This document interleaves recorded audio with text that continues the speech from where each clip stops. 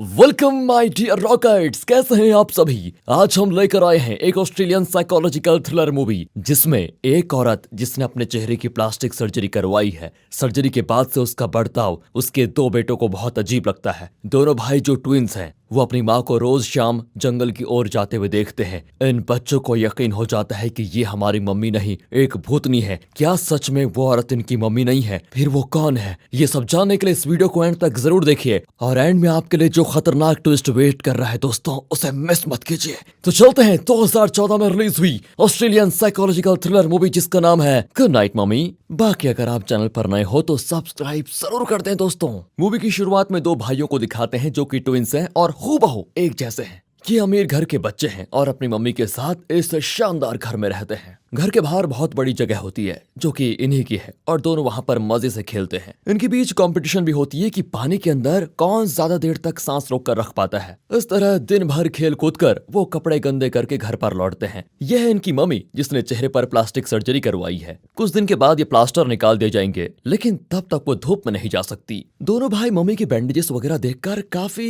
अजीब फील करते हैं, लेकिन मम्मी उल्टा बच्चों की हालत को देखकर कहती है ये गंदे कपड़े उतारो और नहाकर साफ कपड़े पहनो। दिन भर खेलते रहते हो और फिर मेरा आकर यहाँ दिमाग चाटते हो। अब जाओ बाथरूम में। दोनों बाथरूम में बैठकर नहाते कम और खेलते ज्यादा हैं। फिर नहा धोकर दोनों डाइनिंग टेबल पर आते हैं तो मम्मी जूस ले आती है और सिर्फ एलस को देती है। लूकस एलस के कान में कुछ फुसफुसाता है तो एलस कहता है कि मम्मी लूकस को भी जूस क्यों नहीं दिया आपने। इस पर मम्मी गुस्से में कहती है कि उसे चाहिए तो वो खुद मांग लेगा। दरअसल जब से मम्मी ने सर्जरी करवाई है तब से सिर्फ इलस उनसे बात करता है। लूकस ने मम्मी से बात करना ही बंद कर दिया था और मम्मी भी उसके साथ बात नहीं करती। इतना ही नहीं, वो सिर्फ इलस के साथ खेलती हैं। इस गेम में किसी के माथे पर एक स्टिकी नोट चिपका देते हैं और उसे पता लगाना है कि उसमें क्या लिखा है। इस बार मम्मी इलस के माथे पर नोट चिपकाती है और उसे क्लूज भी देती है। वो बता देता है कि इसमें कार लिखा है। फिर इलस मम्मी के माथे पर एक नोट चिपकाता है जिसमें लिखा है मम्मी। बहुत कोशिश के बाद भी मम्मी को पता नहीं चलता कि उसमें क्या लिखा है।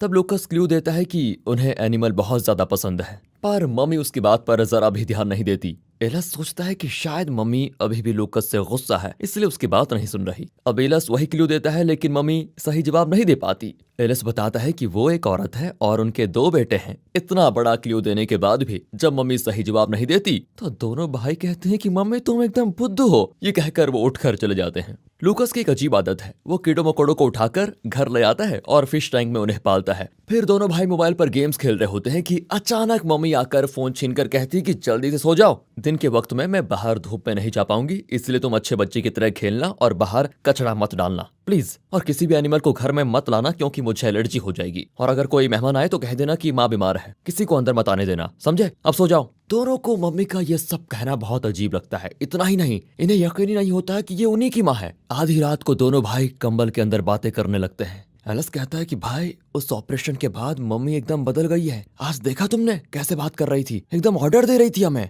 लूकस कहता है कि अब अगर तेरा ऑपरेशन हुआ होता ना तो शायद तू भी ऐसा ही बोलता। नहीं भाई, मुझे तो लगता है कि ये अपनी मम्मी है ही नहीं, कोई और ही है। फिर एलस उठकर मम्मी के कमरे का दरवाजा खोलकर देखता है तो मम्मी बैंडेज निकालकर चेहरे पर कोई दवा लगा रही होती है। एलस को उसका चेहरा नहीं दिखता लेकिन आईने में उसकी आंख एकदम लाल दिखती है, जिसको देखकर एलस डर कर भाग जाता है। मम्मी भी मुड़कर देखती है लेकिन तब तक एलस छुप चुका था। अगले दिन दोनों खेल रहे होते हैं तो कोई कॉलिंग बेल बजाता है। एलिस मम्मी को बताने जाता है तो वो सो रही होती है। अब एलिस बाहर आ जाता है पर असल में मम्मी सोई नहीं थी, चादर के अंदर स्नैक्स खा रही थी। एलिस खुद जाकर दरवाजा खोलता है तो ग्रोसरीज डिलीवर करने के लिए एक आदमी आया है जो बेसमेंट की एक फ्रिज में 2 महीने की सामग्री रखकर चला जाता है। वहाँ मम्मी अलग ही किस्म का ड्रेस ट्राई कर रही होती है। इनके घर के पीछे एक कब्रिस्तान है जहाँ एक गुफा होती है, उसके अंदर ढेर सारे ह्यूमन स्केलेटन्स पड़े होते हैं। उनके बीच एक छोटी सी बिल्ली होती है, वो उसे चुपके से अपने कमरे में ले आते हैं। हालांकि मम्मी ने तो एनिमल्स घर लाने से मना किया था। वो दरवाजे पर पीटती हैं कि दरवाजा खोलो, मुझे पता है तुम कुछ छुपा रहे हो। दोनों डर के मारे बिल्ली को बेड के नीचे सरका कर दरवाजा खोलते हैं। मम्मी अंदर आकर पूरे कमरे को छान मारती है। लूकस ऊपर अपने बेड पर चढ़ जाता है लेकिन मम्मी वहां भी ढूंढती है। तभी वो बिल्ली खुद ही नीचे से निकलकर कमरे से बाहर चली जाती है। अब एलिस मम्मी पर चिल्लाता है कि आप पागलों की तरह यहाँ क्या ढूंढ रही हैं? इस पर मम्मी उसे खूब पिटती है कि माँ से इस तरह बात करोगे। ऊपर से लूकस चिल्लाता है कि प्लीज मम्मी उसे मत करो, कुछ छोड़ दो। लेकिन मम्मी उसकी एक नहीं सुनती और एलिस को खूब मारकर चली जाती है। दोनों बहुत उदास हो जाते हैं कि मम्मी ये सब कुछ क्यों कर रही है और अचानक इनका बर्ताव इस तरह चेंज क्यों हो गया, या फिर ये मम्मी अपनी है ही नहीं। शाम को वे मम्मी को जंगल की ओर जाते हुए देखते हैं, क्योंकि मम्मी धूप में तो निकल नहीं सकती, इसलिए वो शाम को ही घर से बाहर निकलती है। दोनों भाई उसे फॉलो करना चाहते हैं लेकिन डरते भी है। तभी वे देखते हैं कि मम्मी जंगल के पास जाकर अपना ड्रेस निकालती है और चेहरे का बैंडेज भी हटा देती है। इनकी कुछ समझ में नहीं आता कि ये ऐसा क्यों कर रही है। तभी अचानक मम्मी की गर्दन तेजी से हिलती है और उसका सर आगे पीछे ऊपर नीचे करके हर तरफ बुरी तरह हिलने लगता है। ऐसा लगता है जैसे उसके अंदर कोई भूत घुस गया हो। रात को अचानक दोनों की नींद एक साथ खुलती है। उन्हें लगता है कि जरूर कोई भूतनी है जो मम्मी बनकर हमारे साथ रह रही है। अपना शक दूर करने के लिए वो फिश टैंक में से एक कीड़ा निकालकर मम्मी के मुंह पे छोड़ देते हैं, लेकिन मम्मी जरा भी नहीं हिलती और ना ही चौंक कर उठती है कि ये मेरे मुंह पर क्या लगा दिया। कीड़ा उसके मुंह के अंदर जाने लगता है तो दोनों वहां से भागकर बाहर आ जाते हैं। अब उन्हें पक्का यकीन हो गया है कि यह इंसान नहीं भूतनी है, इसलिए रेंगते हुए कीड़े को हटा नहीं रही। अगले दिन दोनों भाई सच्चाई का पता लगाने अपनी तरफ से रिसर्च करने लगते हैं। वो पुराने एल्बम्स को देखने लगते हैं। उन्हें एक फोटो मिलती है जिसमें मम्मी के साथ एक औरत है जो दिखने में बिल्कुल मम्मी की तरह होती है। दोनों को शक होता है कि शायद ये दूसरी औरत ही यहाँ मम्मी बनकर बैठी है। फिर वे अपनी मम्मी का नाम, जो कि मैरी है, उसे इंटरनेट पर सर्च करते हैं। दरअसल मैरी टीवी शोज में आई हुई थी, जिसकी वजह से उसके बारे में कई डिटेल्स नेट पर मिल जाती हैं। एक आर्टिकल में लिखा होता है कि मैरी ने अपना घर बेचने का फैसला किया है। ये देखकर दोनों चौंक जाते हैं कि अब हम क्या करें। जो भी हो, ये अपनी मम्मी नहीं है, क्योंकि मम्मी हमें कभी इस तरह नहीं बेचती। फिर वो देखते हैं कि वो बिल्ली जिसे ये लोग उठाकर लाए थे वो बेसमेंट में मरी पड़ी होती है। मतलब इसे इस मम्मी ने ही मारा है। ये सोचकर दोनों बहुत दुखी होते हैं और मरी हुई बिल्ली के पास कैंडल्स जलाकर खुद भी वहां लेट जाते हैं। फिर अपने कीड़ों वाला फिश टैंक साफ करके इस बिल्ली की बॉडी को उसमें रख देते हैं। इतना ही नहीं, वो कुछ केमिकल्स वगैरह डालकर बिल्ली को इस टैंक में प्रिजर्व करना चाहते हैं ताकि इसकी बॉडी सड़ ना पाए। ये देखकर तो मम्मी एलिस पर बरस पड़ती है कि ये क्या मजाक है। एलिस कहता है कि मैं तुम्हारी बात क्यों सुनूं, तुम मेरी मम्मी हो ही नहीं। इस पर मम्मी उसको जोर का चांटा मार देती है कि ये क्या बकवास कर रहे हो। एलिस कहता है कि मैं ठीक ही तो कह रहा हूँ, हमारी माँ के चेहरे पर एक तिल था, तुम्हारे मुंह पर वो कहाँ है। अब मम्मी एलिस को घसीट कर एक कमरे में लेकर जाती है और उसे खूब पीटती है। लूकास दरवाजे पर पीटता है कि प्लीज उस बेचारे को छोड़ दो, एलिस को मत मारो। पर मम्मी नहीं रुकती और एलिस को धो डालती है और जबरदस्ती करती है कि बोलो, मैं तुम्हारी माँ हूँ, बोलो, जल्दी बोलो वरना मार डालूंगी। जब दर्द बर्दाश्त नहीं होता तो एलिस कह देता है कि आप ही हमारी मम्मी है। तब जाकर मम्मी उसको छोड़कर अपने कमरे में जाती है। यहाँ एलिस लूकास को बताता है कि भाई वो सच में अपनी मम्मी नहीं है, हमें किसी तरह यहाँ से भागना होगा और अपनी मम्मी को ढूंढना होगा, लेकिन उसके लिए हमें उसकी मार खाने की आदत डालनी होगी। ये सोचकर दोनों एक दूसरे को कसकर चांटा मारकर पीटने की प्रैक्टिस करते हैं। फिर तीर वगैरह तैयार कर लेते हैं। दोनों दरवाजे की रखवाली करने लगते हैं कि जब वो भूतनी दरवाजा खोलेगी तो हम उस पर तीर घुसा देंगे। अगली सुबह वो डोर नॉब को बुक से लॉक कर देते हैं ताकि मम्मी दरवाजा खोल ही ना पाए। फिर दोनों एक जैसा ड्रेस पहनकर बैठ जाते हैं ताकि मम्मी को पता ना चले कि कौन एलिस है कौन लूकास। मम्मी दरवाजा खोलने की कोशिश करती है और फिर कहती है कि देखो बेटा, कल मैंने गुस्से में न जाने क्या कर दिया, प्लीज मुझे माफ कर दो और दरवाजा खोलो, आइंदा ऐसी गलती कभी नहीं होगी। तब जाकर दोनों दरवाजा खोलते हैं और वहां उनकी माँ खड़ी होती है। उसके चेहरे का बैंडेज पूरी तरह निकाल दिया गया था। अब वो बहुत ही सुंदर लग रही थी, पर इन्हें अब भी उस पर विश्वास नहीं होता। मम्मी एलिस को एक बुमरैंग गिफ्ट देती है। एलिस पूछता है क्या हम इसे बाहर ले जाकर खेल सकते हैं। हाँ हाँ क्यों नहीं, ये कहकर मम्मी दरवाजा खोलने जाती है कि अचानक ही उसे धक्का लगता है और दोनों बाहर भाग जाते हैं और एक चर्च में जाकर रुकते हैं। वहाँ फादर से दोनों विनती करते हैं कि प्लीज हमें पुलिस स्टेशन लेकर चलिए, हमें अपनी माँ के बारे में कंप्लेंट करनी है। वो भी इन्हें अपनी कार में लेकर जाता है, लेकिन पुलिस स्टेशन नहीं, वापस इनके घर। मम्मी बाहर खड़ी होती है। दोनों डर के मारे फादर को चकमा देकर घर के अंदर जाकर छुप जाते हैं। फादर मम्मी से पूछता है कि प्रॉब्लम क्या है। मम्मी उसे कुछ बताती है, लेकिन फिलहाल वो बात हमें नहीं बताई जाती। वैसे दोस्तों, आपको क्या लगता है, क्या ये इन बच्चों की असली माँ है या फिर नहीं, कमेंट में बताइए। फिर मम्मी अपने कमरे में जाकर बहुत रोती है और लगता है बेचारी बहुत ही परेशान है। फिर वो एक टेबलेट खाकर सो जाती है। दोनों भाई उसके बेड के नीचे छुपे हुए थे। दोनों धीरे से बाहर आकर मम्मी के हाथ पैर बेड के साथ बांधने लगते हैं। सुबह होती है तो वो चौंक कर उठती है। उसके सामने ये दोनों मास्क पहनकर खड़े हैं और पूछते हैं कि हमारी माँ कहाँ पर है। वो कहती है कि तुम्हें हो क्या गया है बेटा, मैं ही तुम्हारी मम्मी हूँ। नहीं, तुम झूठ बोल रही हो। ये देखो, इस फोटो में वो दूसरी औरत बिल्कुल हमारी मम्मी की तरह दिखती है, तुम वही औरत हो ना। मम्मी कहती है वो मेरी फ्रेंड है बेटा, हम दोनों एक ही जैसा ड्रेस करते हैं और दिखने में भी एक जैसा लगते हैं, मेरा विश्वास करो बेटा, मैं तुम्हारी माँ हूँ। अब दोनों भाई मम्मी की सर्जरी से पहले की वीडियोस देखते हैं जिसमें उसकी आंखों का रंग ब्राउन होता है। अब वो एक मैग्नीफाइंग ग्लास से मम्मी की आंखों को देखते हैं, लेकिन वो ब्लू होती है।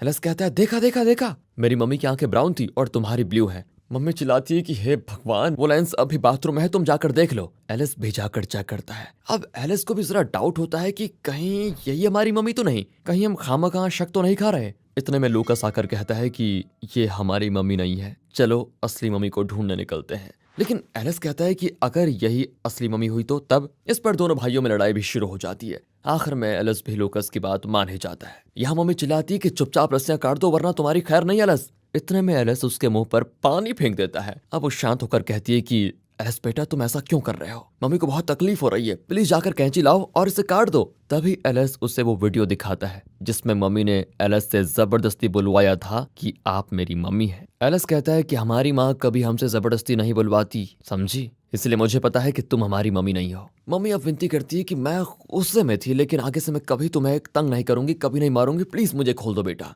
एलिस भी जरा शांत हो जाता है और रस्सी काटने जाता है, पर तभी लूकास उसको रोक कर कहता है, ये क्या बेवकूफी कर रहे हो? ये मम्मी होती तो इसके चेहरे पर तिल होता, लेकिन इसके चेहरे का तिल तो मिट रहा है। तब एलिस जाकर उस तिल को हाथ से मिटाता है तो वो मिट जाता है। मम्मी कहती है कि मैंने अपनी खूबसूरती बढ़ाने के लिए ये प्लास्टिक सर्जरी की थी और इस सर्जरी में मेरा तिल भी निकाल दिया गया, समझे तुम। लेकिन ये दोनों लड़के अब मम्मी की किसी भी बात को मानने वाले नहीं थे। अब वो मम्मी का सर एकदम टाइट बांध देते हैं ताकि वो हिल भी ना पाए। फिर एक लेंस से सूरज की रोशनी को उसके चेहरे पर फोकस करके उसको जलाकर टॉर्चर करते हैं कि सच बताओ हमारी मम्मी कहाँ है। वो दर्द के मारे चीखने लगती है तो वो उसके मुंह पर टेप चिपका देते हैं। फिर बाहर जाकर भगवान से प्रार्थना करते हैं कि प्लीज हमारी मम्मी को जल्दी हमारे पास भेज दो। इतने में रेड क्रॉस से कुछ लोग डोनेशन मांगने आते हैं। मम्मी मदद के लिए चिल्लाती है लेकिन वो मुंह खोल नहीं पाती। एलिस उन लोगों से कहता है कि मम्मी बाहर गई हुई है। वो भी कह देते हैं कि कोई बात नहीं बेटा, हम उनका इंतजार कर लेंगे, अब क्या करें।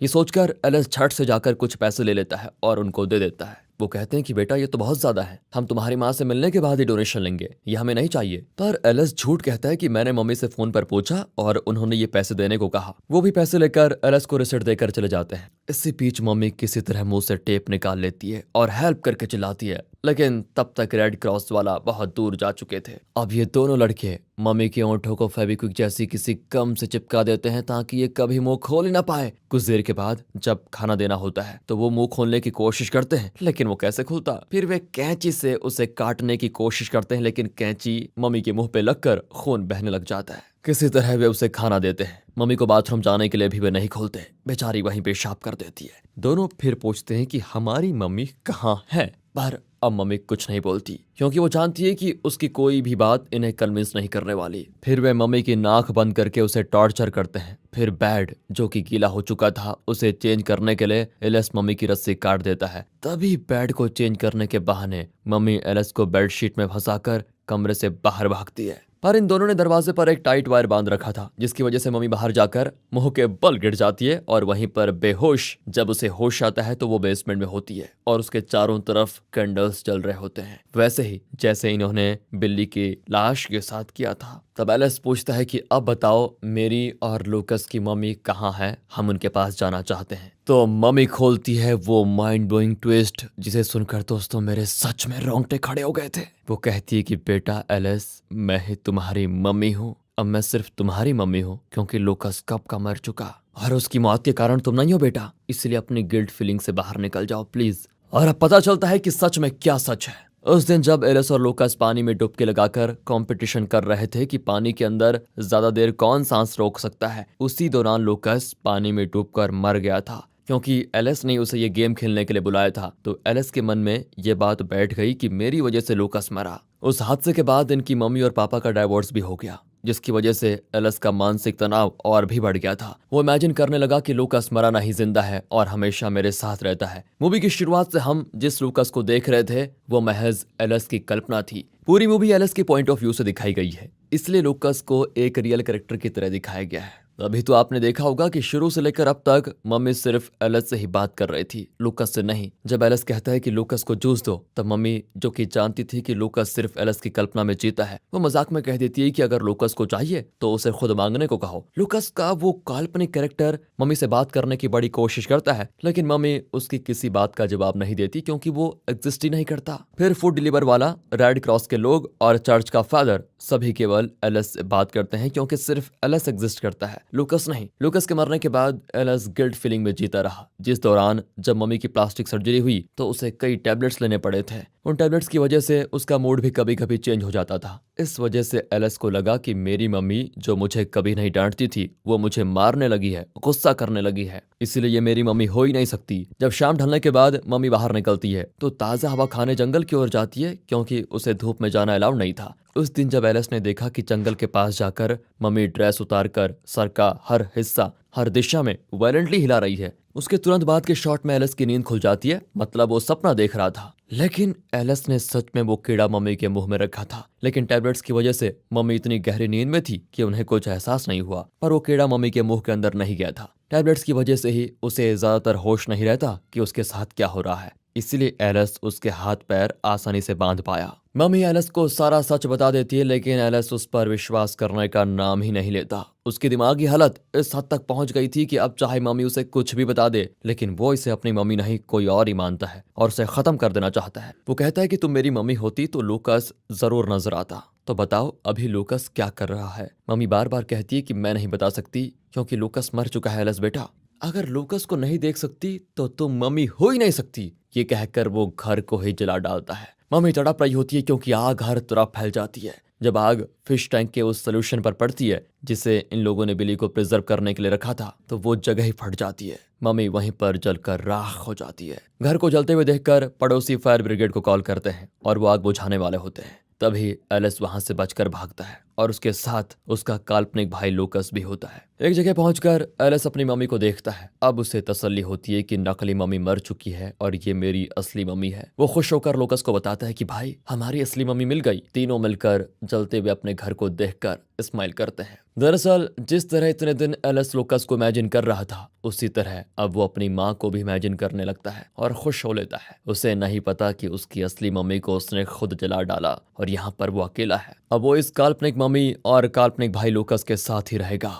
देखा दोस्तों, साइकोलॉजिकल इफेक्ट होना कितना खतरनाक साबित हो सकता है। वैसे अगर आपने सब्सक्राइब नहीं किया तो हम भी आपको साइकोलॉजिकली मैनिपुलेट करना चाहते हैं, पर नहीं करेंगे। प्यार से बोलेंगे कर दो प्लीज। साथ ही हमारे दूसरे चैनल मूवीज वेदर को सब्सक्राइब कर दें अगर आपको अच्छा लगता है। जबरदस्ती नहीं है। मिलते हैं अगली वीडियो में, तब तक के लिए गुड बाय, ख्याल रखिए अपना and finally thanks for watching.